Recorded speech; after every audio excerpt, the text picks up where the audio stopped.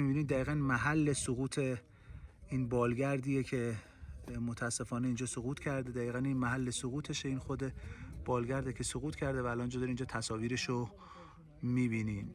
این تصاویر توسط پهپادهای جمعیت هلال احمر که جزء داوطلبین ما هستن تهیه شده و الان دارین اینجا شما می‌بینید که متاسفانه بالگرد به این سبک به این شکل تو منطقه سقوط کرده. به حادثه نگران کننده‌ای که امروز عصری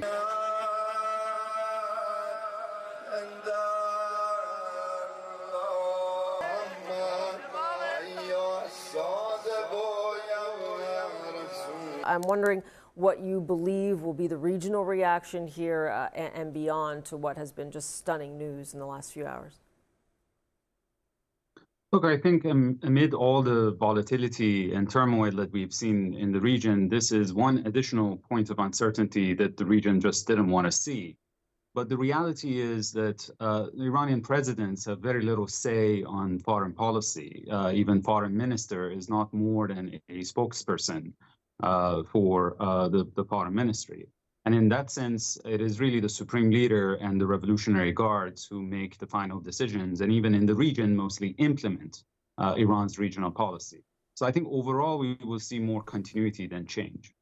When you say more continuity than change, though, given the fact that, as I said, they want these elections held, they have to be held in 50 days, is there not a risk there, though, of some type of destabilization, especially given the health of the supreme leader? Look, in this region, there is always that kind of risk. But the reality is that in the next 50 days, I think the Iranians will be more internally focused because they would have to organize a high-stakes election in a very short period of time. Usually, the vetting process in Iran is quite complicated.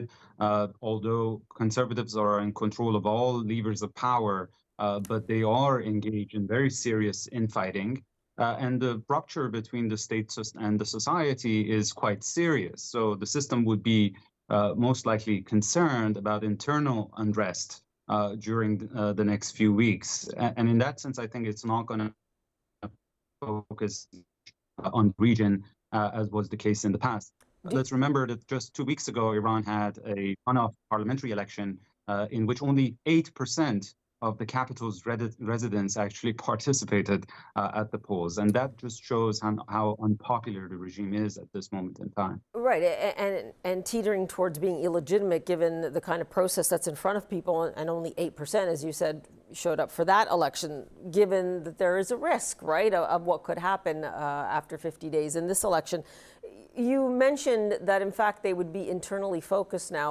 Where do you think that leaves Iranian militias, proxies, and how they will handle the next uncertainty in the coming weeks and the couple months? So, look, we've seen a period of relative calm in Iraq and Syria in terms of attacks on U.S. forces in the past few months. I think that is likely to continue.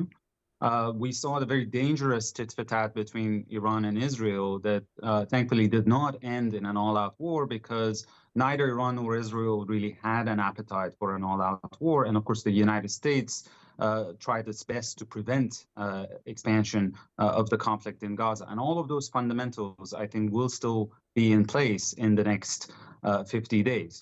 However, there are uncertainties as well. For instance, Iranian allies like the Houthis in Yemen, who are not really an Iranian proxy and have a long track record of ignoring Iranian advice, can take unilateral action without coordinating with Tehran, that if it results in significant number of casualties, it might actually escalate tensions significantly.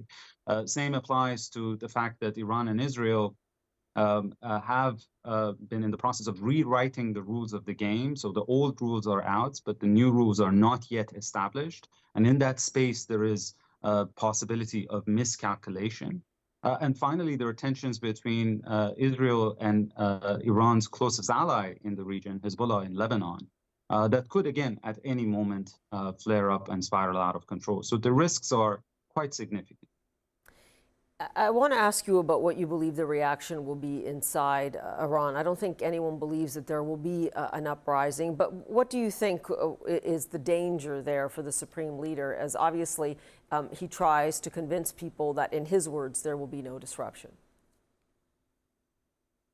Look, this is a system that in the past few years has been focused on minimizing the risks and making sure that everything is predictable in the run-up to the prospect of the Supreme Leader's succession. And they were grooming President Raisi to be a potential successor to the Supreme Leader, not necessarily because he was the most competent, but because he was one of the most loyal to the deep state in Iran, represented by the Office of the Supreme Leader and the Revolutionary Guards. And so now this creates a vacuum that I'm sure rivals in Iran will try to fill.